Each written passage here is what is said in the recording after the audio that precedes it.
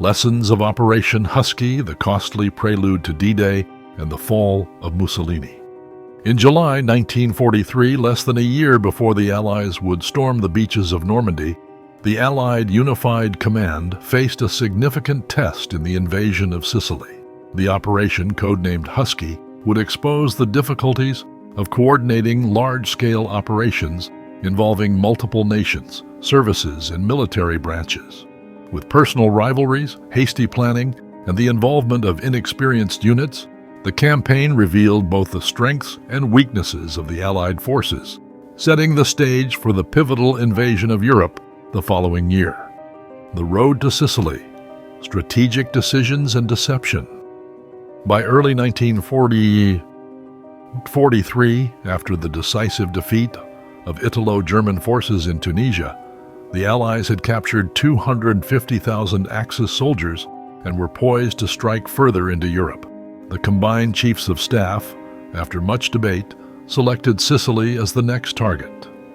The rationale behind this decision was multifaceted. Securing Sicily would provide the Allies with control of the Mediterranean, allow their bomber fleets to reach deeper into occupied Europe, and potentially force Italy out of the war.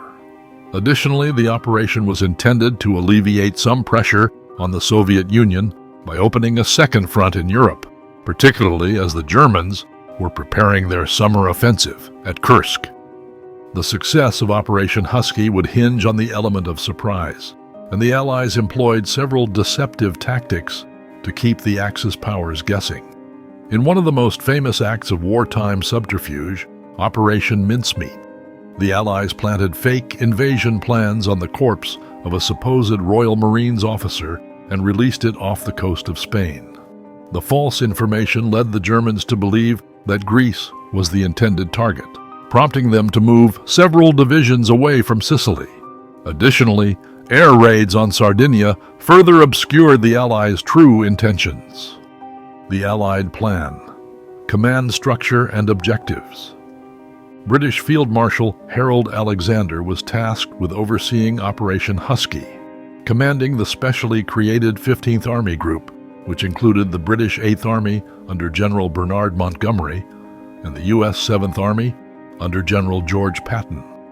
The initial invasion force comprised approximately 160,000 men, 600 tanks, and 1,800 guns, supported by around 4,000 aircraft from the Mediterranean Air Command. The Allied airmen's primary objectives were to achieve air superiority, disrupt Axis supply lines, and provide close air support for the ground troops. Facing the Allies was General Alfredo Guzzoni's 6th Italian Army, which had around 200,000 combat troops, though many were static coastal defense divisions with limited mobility and firepower. These Italian forces were supplemented by roughly 30,000 German troops from the 15th Panzer Grenadier Division and the Panzer Division Hermann Göring. While these German units were considered elite, they were severely under-equipped and consisted of replacement soldiers after the brutal campaigns on the Eastern Front. The Axis also had up to 1,600 aircraft stationed across Sicily, Sardinia, and mainland Italy, though many were outdated and poorly maintained. Internal disagreements. Patton and Montgomery clash. Both Montgomery and Patton had reservations about the invasion plan from its inception. They argued for the use of their veteran troops from North Africa, but Alexander, seeking to broaden the experience of Allied forces, encouraged them to deploy fresh units instead. This decision, while logical in theory, would soon prove problematic as the inexperienced troops faced the brutal realities of combat. Air Chief Marshal Arthur Tedder proposed capturing and utilizing well-established enemy airfields in southeastern Sicily to ensure air superiority, but this plan was met with mixed reactions. Montgomery and Patton pushed for more close air support during the landings, but Tedder prioritized bombing enemy airfields to cripple Axis air power. This disagreement highlighted the ongoing tension between ground commanders and Air Force leaders, a rift that would have significant implications during the invasion. The invasion begins. Paratroopers and landings. The airborne component of Operation Husky was hastily developed, with 300 paratroopers tasked with securing key positions ahead of the main landings. However, the operation was fraught with challenges from the start. Poor coordination, inexperienced pilots, and the difficulties of night flying led to a chaotic drop. Many paratroopers were scattered across the island, with some landing miles from their intended targets. Only a fraction of the forces were able to regroup and attack their objectives.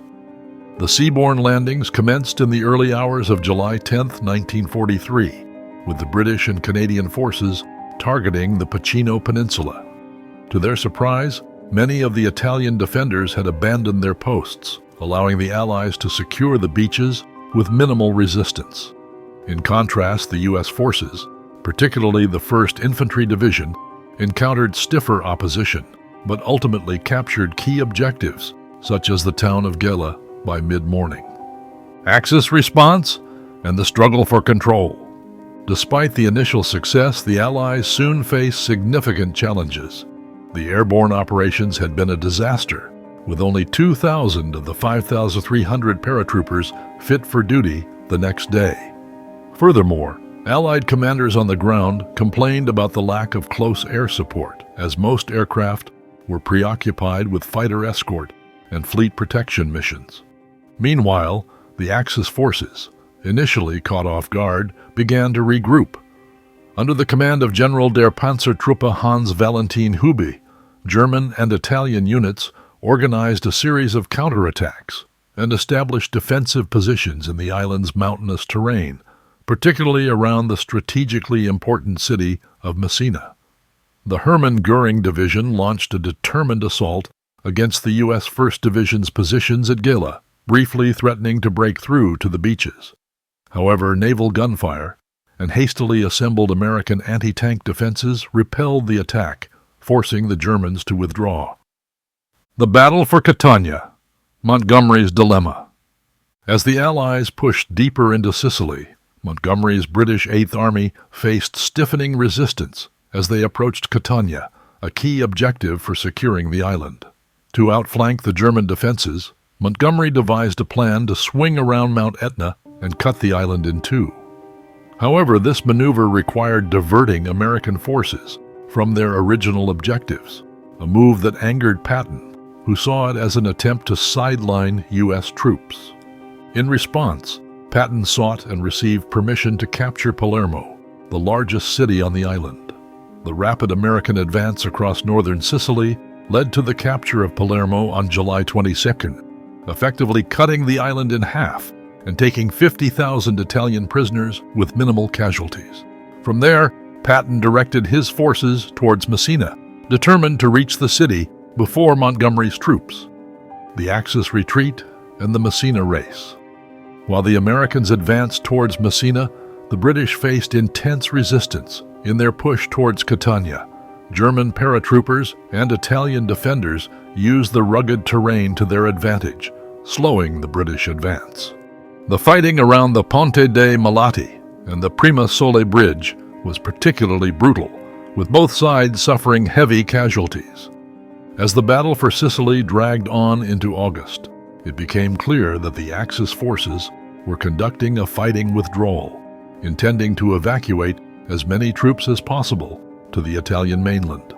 General Hübe, now in overall command of the Axis forces, organized a disciplined retreat towards the Messina Straits, using rearguard actions and demolitions to delay the Allied advance.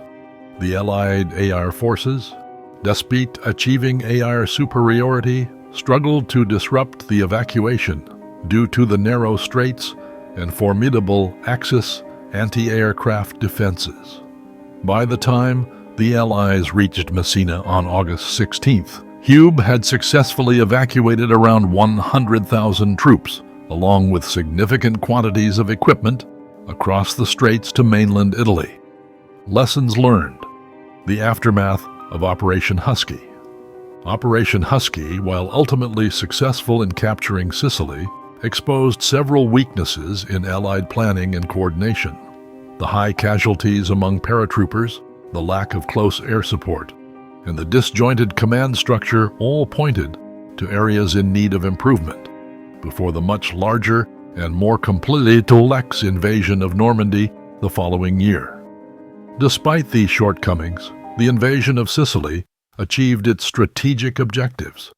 It secured the Mediterranean, forced Italy out of the war, and provided the Allies with a valuable learning experience that would be crucial for the success of future operations, including the D-Day landings in Normandy. The campaign also had significant political implications, leading to the fall of Mussolini and the eventual surrender of Italy, although the battle for Italy would continue for many more months.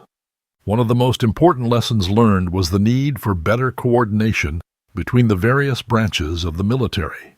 The communication breakdowns and misunderstandings that plagued the operation highlighted the necessity of a more integrated command structure. This realization would lead to the development of more streamlined command and control systems for future operations. Additionally, the Allied forces recognized the importance of more comprehensive training for airborne operations. The chaotic and scattered drops in Sicily underscored the need for better prepared and more experienced airborne units. This led to the formation of Pathfinder units, which would play a crucial role in guiding paratroopers to their designated drop zones during the Normandy invasion. The logistical challenges faced during Operation Husky also prompted a re-evaluation of supply and support strategies. The difficulties in providing adequate close air support and the issues with coordinating requests for airstrikes would lead to significant improvements in the planning and execution of future campaigns. Rugged radios and clearer communication channels would become standard equipment, ensuring that ground forces could effectively call for and receive air support when needed. Arguably, the most significant unintended consequence of Operation Husky was the political upheaval it caused in Italy. The fall of Mussolini and the subsequent Italian surrender opened up new opportunities and challenges for the Allied forces. While the removal of Italy from the Axis alliance was a major victory, the continuation of the war on the Italian mainland would prove to be a grueling and prolonged campaign. In the end, Operation Husky was a critical step in the Allied war effort, serving as both a proving ground and a catalyst for the broader campaign to liberate Europe from Axis Mussolinian control.